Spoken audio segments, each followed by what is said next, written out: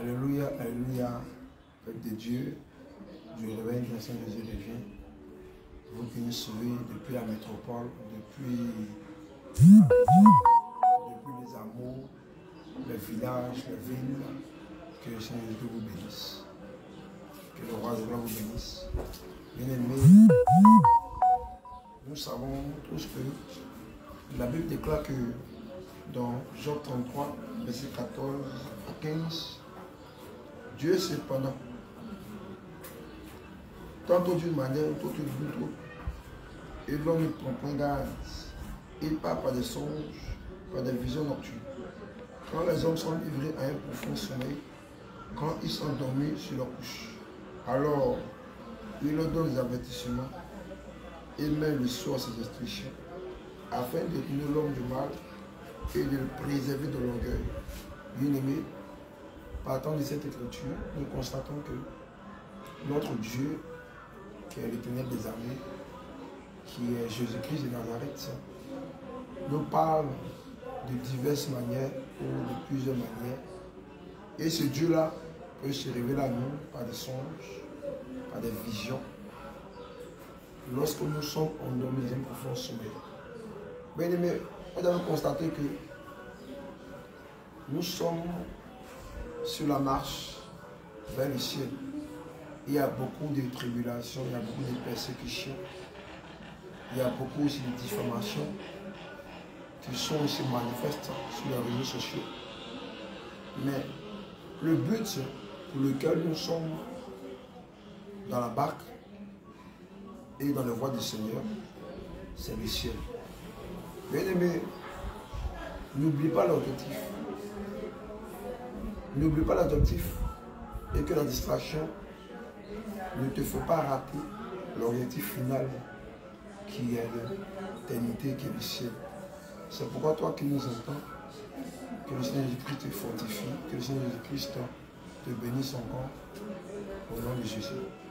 Bien-aimés, ceci, nous allons constater que à ma droite, il y a la servante de Dieu, Anne, qui a visiblement quelque chose à partager avec le peuple de Dieu dans le but de nous avertir, de nous instruire sur notre marche, tout en nous donnant encore cette capacité de persévérer, de revoir nos voies, de mettre de l'ordre de nos vies, afin que nous ne puissions pas rater l'enlèvement. Bien aimé, je ne vais pas trop monopoliser la parole, mais je vais laisser la bien-aimée, c'est mon Dieu Anne, nous expliquer en quelques minutes ce qu'elle a pu bien reçu de la part du Seigneur, afin de communiquer ce reçu au peuple de Dieu et de pousser le peuple de Dieu à mettre encore de l'ordre de leur vie, à s'imprégner encore de la saine doctrine et à vivre sur la saine doctrine pour ne pas rater cet tel avènement aussi exceptionnel, mondial, historique, que tous les chrétiens du monde entier attendent en ce jour. Shalom, Seigneur Dieu. Que le Seigneur te bénisse. Amen. Nous avons dit tout à l'heure, notre Dieu est un Dieu qui est bon, qui est fidèle. Et la Bible nous dit que Dieu nous parle de plusieurs manières, c'est-à-dire qu'il nous parle par des songes, il nous parle par des visions nocturnes. Et lorsque nous sommes endormis dans un profond sommeil, et j'ai eu à comprendre que vous avez aussi, par un message qui m'aimait, vous avez aussi quelque chose à faire passer au peuple de Dieu, afin que le peuple puisse comprendre quel est le but et qu'est-ce qui vous amène en ce jour sur les réseaux sociaux, afin qu'ils aient aussi quoi, un avertissement, qu'ils soient alertés de ce qui se prépare dans la suite des temps. Donc je vous laisse la parole pour que vous puissiez parler au peuple de Dieu. Amen. Je veux dire merci à l'homme de la parole. Je veux dire Shalom à tous ceux qui me suivent sur les réseaux sociaux. En tout cas, comme l'homme de Dieu l'a dit, ce n'est pas grand chose. Mais avec Dieu, il n'y a pas de petit bidon. Donc, pour commencer, je voudrais dire que c'était une nuit lorsque j'étais couchée. À peine je me suis couchée, le Seigneur m'ouvre les yeux et je vois comme si dans la vision, il y avait l'homme de Dieu, Abraham, mon père Abraham, qui était dans un gros bateau. Un bateau bien large. Un bateau qui pouvait prendre beaucoup d'hommes. Et c'est lui qui était en train de conduire ce bateau. Et il y avait aussi la servante de Dieu, maman Sarah, qui était à la porte. Mais ce bateau était vide. Et dans la vision, c'est comme les gens qui devaient être dans le bateau, ils étaient en dehors du bateau. Et elle était en train de dire à ceux qui sont dehors, nous les brebis, que dépêchez-vous, que la porte va se fermer. Et donc, elle est en train de nous dire dépêchez-vous. Pendant ce temps, il y a d'autres qui étaient en train de traîner les pas. Mais la porte ne se fermait pas par Papa Abraham lui-même, ça se fermait par Jésus-Christ. Et la porte était en vide, bien lourde. Et elle disait à ceux qui sont dehors, dépêchez-vous, courez vite. Parce que c'était comme dans la vision, les heures étaient comptées. Donc, pendant que d'autres venaient, ça traînait les pas, en tout cas ils étaient loin, ça traînait les pas. Et papa était au volant, criait que faites vite, c'est l'heure, dépêchez-vous. Et ça venait. Mais à peine ils sont arrivés, attends, je prends un exemple, le bateau était là, les brebis sont là, où ils devaient mettre maintenant les pieds, c'est là que le bateau s'est fermé. Et ceux qui ont réussi à entrer dans le bateau, on pouvait les compter. Ils étaient peu, ils étaient très peu. Et le bateau dans la vision n'était pas sur la terre, c'était pas aussi trop en haut, c'était suspendu comme ça. Et en bas, c'était comme s'il y avait du feu. Et c'est le feu là qui permettait à ce bateau de monter. Et donc, lorsque c'est fermé, ça a commencé à monter. Et ceux qui étaient restés ont commencé à crier Papa Abraham, papa, sauve-nous, papa, sauve-nous. Et il a dit que ce n'est pas de sa faute. C'était plus de sa faute. Et c'est déjà fermé. Et le bateau a commencé à monter jusqu'à vraiment. Voici ce que le Seigneur m'a montré. Et voici ce que je voulais partager à mes frères et à mes soeurs. Pour nous dire que les temps sont finis. Vraiment. Que le Seigneur vous bénisse. Voici ce que j'ai reçu de la part de Dieu. Alléluia. Peuple de Dieu.